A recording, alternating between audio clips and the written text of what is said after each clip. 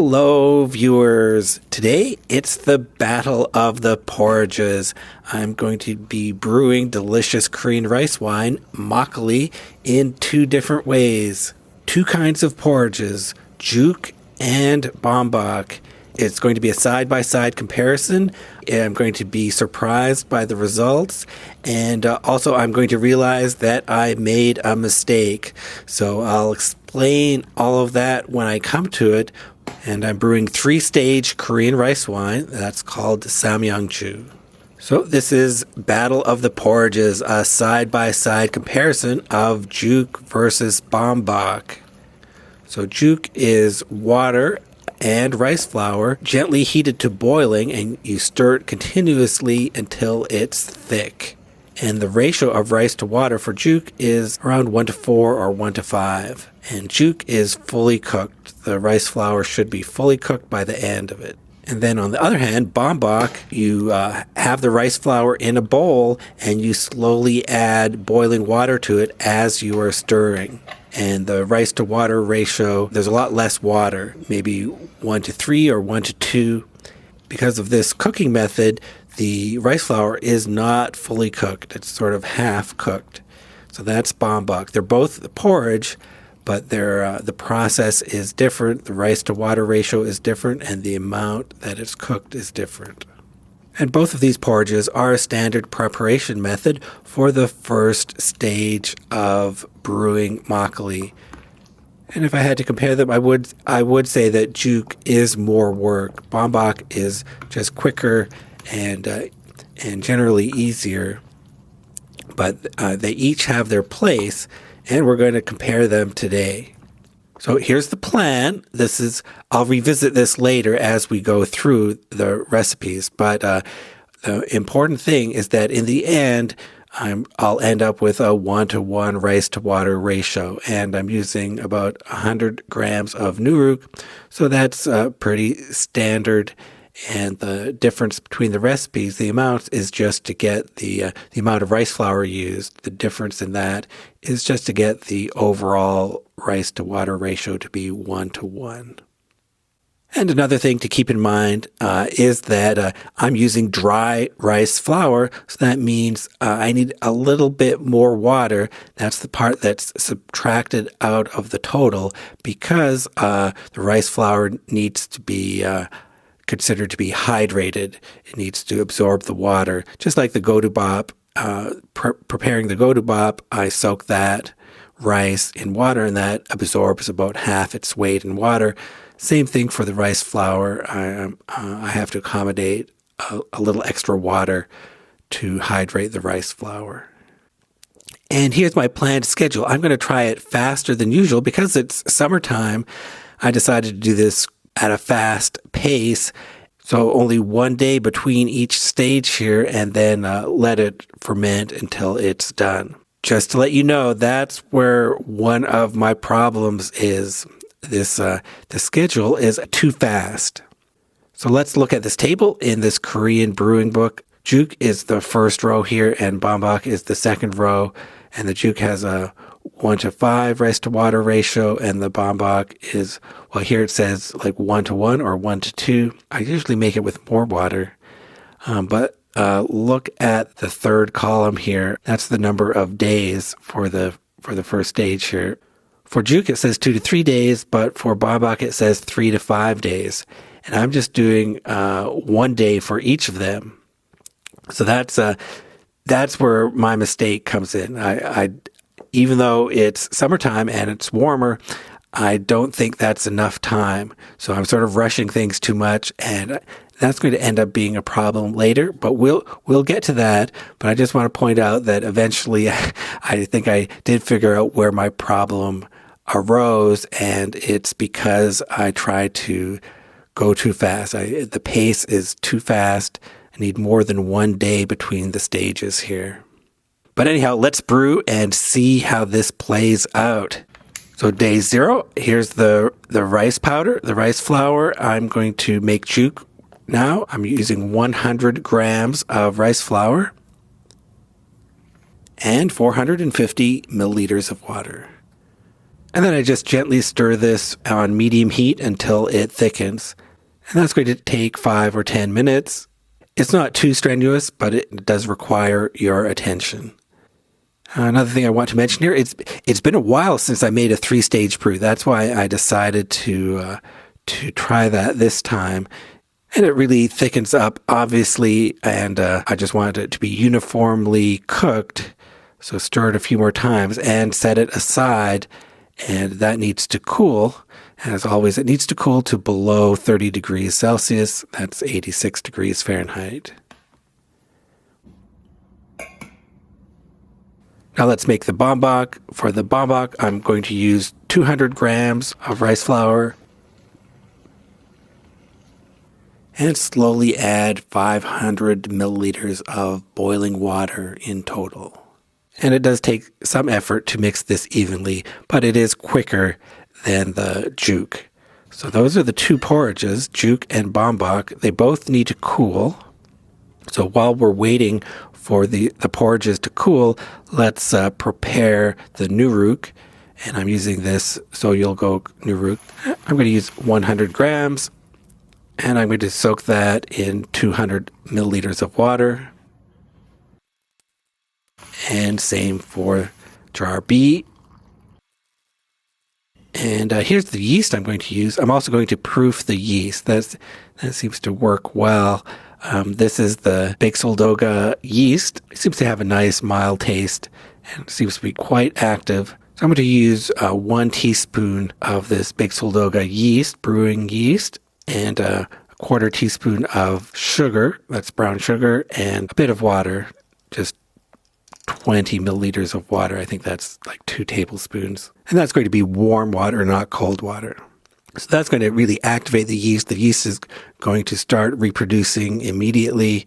So just set that aside. The nuruk is soaking, the yeast is reproducing, and we're just waiting for our porridges to cool. Okay, now the porridge is cool and everything looks good. The nuruk is softened up by being soaked.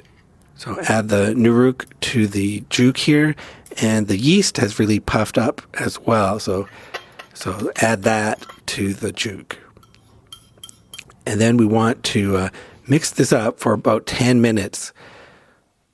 And that's to really start the saccharification process, and the juk should soften up. It's a bit stiff at the beginning, so I use a folding motion to get all that mixed in. But with the extra liquid and the action of the enzymes, it will soften up and become a lot more liquid. And just be patient. Like I said, you should do it for about 10 minutes. And at that point, you can just pour it right into the jar. So convenient. Clean it up a bit. Don't want it to be too messy. So that's the first stage for the juk. And now, similar thing for beombeok. Add the nuruk mixture to the beombeok and add the yeast. And incorporate all those, mix that well for about 10 minutes. That's a lot of stirring. It does take some effort, but it's worthwhile, and it really is required to do a good job of stirring at this stage. You don't want to skimp here. I can pour that into the jar, and that's jar B. That's the beombeok. And like I said, this is summertime. It's a bit warmer in the kitchen. It's about 24 degrees Celsius. That's why I decided just to give it 1 day between the stages. Looking back, I think that was wrong. But day 1, let's look at it. It's bubbling like crazy. It's working. It's fermenting. Here's the juk, and here's the beombeok. They look slightly different, but they're both bubbling like crazy. I'm going to stir each of them just for a minute. Just for a minute.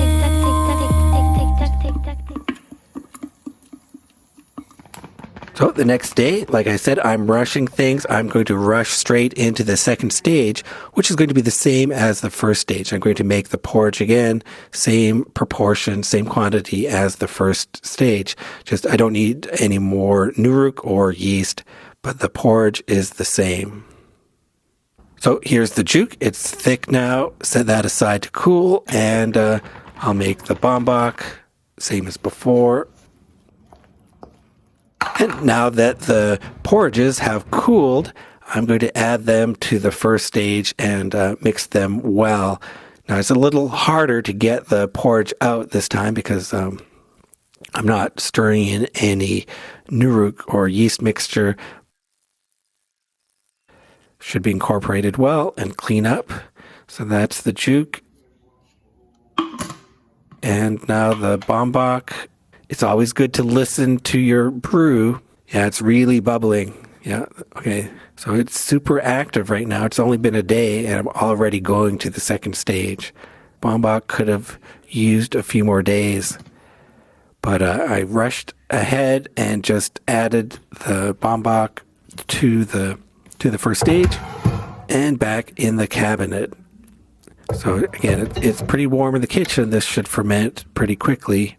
Then the next day, I'm going to go straight into the third stage. Let's take a look at the fermentation. Plenty of bubbles on top. Can really hear them bubbling as well. Stir for a minute. Now let's prepare the rice for godubap. So in total, I'm going to need 1.4 kilograms of rice. Wash that well. To review, here's the recipe again. I'm going to need 800 grams of rice for the juk brew, and I'm going to need 600 grams of rice to complete the Beombeok brew. So that's why it's 1.4 kilograms in total. Soak it for at least 3 hours.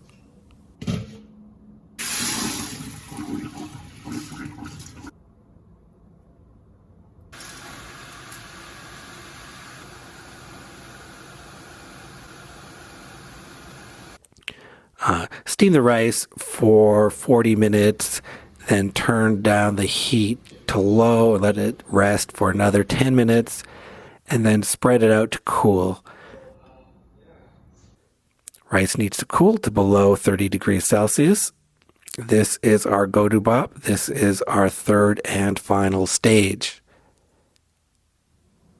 And then use the scale to divide the rice proportionally. So 8/14 for jar A and 6/14 for jar B. And as always, I mix by hand. That's the best way to feel the texture, I feel. If I used a wooden utensil, then I could stir it, but I wouldn't really be feeling the texture. I wouldn't know if I had separated all the grains of rice properly, mixed up the whole thing, the whole jar properly. So using my hand, I can feel every corner of the jar and make sure that there are no clumps of rice. The nuruk was added in the first stage, but it needs to act, the enzymes in the nuruk need to act on the whole, on all the godubap as well. So it does need to be mixed well. Okay, then the next day, well, look at the top here. There's a layer on the top. This is sort of foamy. Now that's a property of this Baeksuldoga yeast. It works well. It's really multiplying and fermenting, but it is foamy. The top looks sort of funny. I don't want that to be a problem later. So I look the next day. The foam is still there on the top. That layer of foam on the top. So I don't like that. So I'm going to stir again. Normally I don't stir at this point in the brew. But because of all the foam on top, I don't want that to dry up and cause a problem later. I'm just going to gently mix in that layer with the rest of the brew. And I'm going to do that for both jars. So earlier I had the lids loose, but now I'm going to close the lids. It's not really airtight, but at this point, we don't need as much oxygen. So I'm just going to close the lids. And I'm going to move it to the basement. And at its cooler temperature, around 18 degrees Celsius. This is good for the long period of time of fermentation. warmer temperatures at the beginning when you want the fermentation to really get going, but now a cooler temperature, I think, is going to be better. So I move it to the basement, and let's watch the progress of the fermentation. So we can do the side-by-side comparison here. It is going to be interesting and surprising. It does seem like jar B is ahead in fermentation. More rice has fallen. There's a larger liquid layer on the bottom for jar B. And as the days go on, that persists. It seems like jar B is fermenting better and faster. It separates into layers more quickly. But there also seems to be more sediment on the bottom. The cooking method for the porridge does matter. The liquid layer in the middle for jar B is more clear. So jar B is just looking better, and I'm thinking Beombeok is just better in this recipe. So that at this point, I'm thinking Beombeok is winning this battle. And by the end, all the rice is softened up, just a pretty uniform layer of rice and sediment on the bottom, and the liquid layer has moved all the way to the top. And that's really a sign, normally, of complete fermentation. This is really done now. So day 23, I'm going to bottle.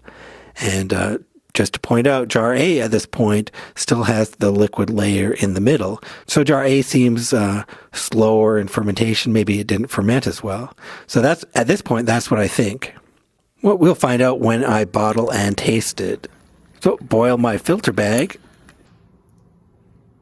Stir the jar one last time. Here, this is jar A. It's always good to smell it too. It smells good. It smells good. And also good to taste a drop or two. You can put a few drops on the back of your hand and taste it that way. I did buy some new filter bags, but it is important to be careful. I ended up getting filter bags that are the absolute minimum possible size to fit on my jars. So it would have been nice if they were just a little bigger. But this will hold all the entire jar, but they just barely fit over the opening of the jar. So luckily they work. I'm going to try to get ones that are a little bigger next time. And as always, if you're interested in the equipment that I use or the ingredients, please check the description. So this is jar A, samyangju with juk, and it's easy to squeeze.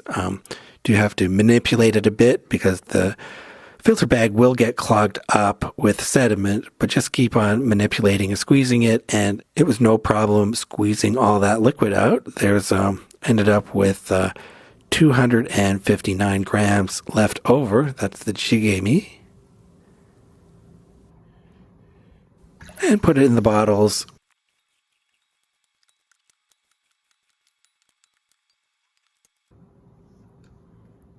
I like re-squeezing the jigemi just to make sure I get all the delicious alcohol out of it. That's the bonus bowl. So I pour in 200 milliliters of water and re-squeeze it. And that's something I can drink immediately. It's low alcohol, higher water content. It's not going to keep, so I should drink this today. So that's the bonus bowl. And let's do jar B now. Boil the filter bag, stir it, filter it, and squeeze. And it actually seems to be more effort to squeeze jar B. So that's the first sign of a surprise. I thought jar B fermented better, but it's harder to squeeze out. But in the end, I do it, and there is more jigemi. It's 297 grams. Fill up my bottles, and I'll do the bonus bowl now. That'll get a bit more out and allow me to compare. So in the end, let's summarize the jigemi. So I just want to compare the jigemi here between jar A and jar B. I thought jar B was fermenting better, but it had notably more jigemi. So that means it did not actually ferment better. It fermented worse. Jar A had the better fermentation. So what happened here is that by rushing the stages, there was some unfermented sediment in the Beombeok, and that just never got converted to sugar or never fermented to alcohol. There's just more sediment in jar B. So that, despite the fact that it looked like it was finished fermentation, it had more sediment in the end, and the fermentation was not as good. So I do think it's good to try different recipes, and even if in the end this recipe was sort of wrong in terms of the schedule, I can learn what the symptoms of this problem are. But even more important than measuring the sediment is to compare the taste. Let's compare the taste between the samyangju made with juk and the samyangju made with Beombeok. So I'm going to wait 3 days and compare the taste.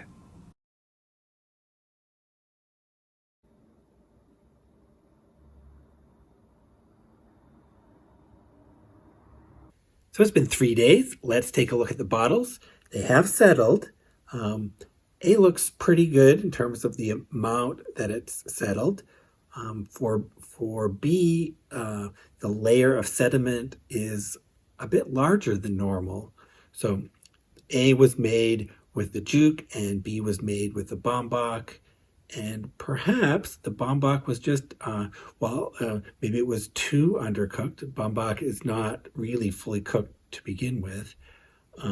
But the other thing is, I only allowed 1 day between the stages. So maybe that was too fast, and it wasn't really finished fermenting one stage before moving on to the next. So that's a possibility too. So there does seem to be like there's too much sediment, especially in B. And both of these, the clear layer is not that clear. It's still a bit opaque. So, but let's see what it tastes like. So this is the samyangju made with juk, and I'll pour off some of the clear layer. So you can see how cloudy it is. So this smells a bit fruity. It smells like there's going to be some sourness, maybe a bit like overripe fruit, and I do smell the alcohol too. So it does seem strong enough.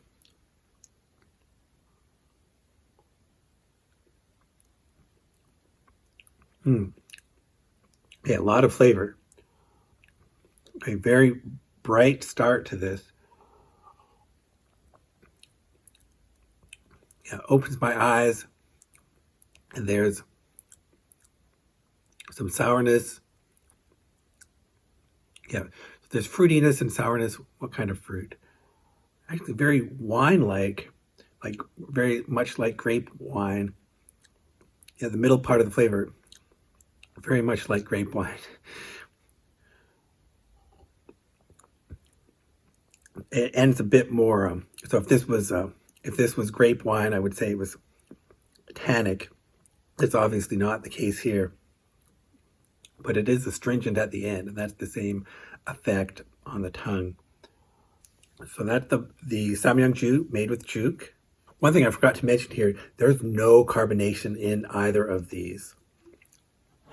These fermented until they were done. So when I put them in the bottle, they really weren't fermenting at all, and they developed no carbonation at all in the fridge. So here's the samyangju made with Beombeok. It might smell a bit drier. Yeah, this is more dry and bitter, less fruity. Both of these taste fairly strong, but especially this one with the bitterness ends up tasting a little harsh, a bit stronger. Okay, just to compare. Okay, A has a richer flavor because of the fruitiness. Despite the color, it's more like a red grape flavor, some red fruity flavor, richer flavor in A.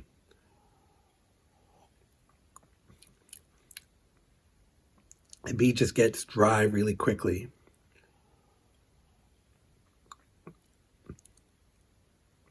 Yeah. And generally, I like it when it ends more astringent. So these are, from that aspect, both of these are good. They both end with astringency. Now I'm going to mix these up and taste the wanju. Okay, this early on, it is very easy to mix this completely. Okay, here's the samyangju made with juk. More rice flavor, more texture. Let's see. To me, this seems to taste more sour now. The fruitiness is still bright, but it doesn't taste the same at all. And the end is more mineral because you get that astringency plus the texture. Yeah. Even a little bit salty.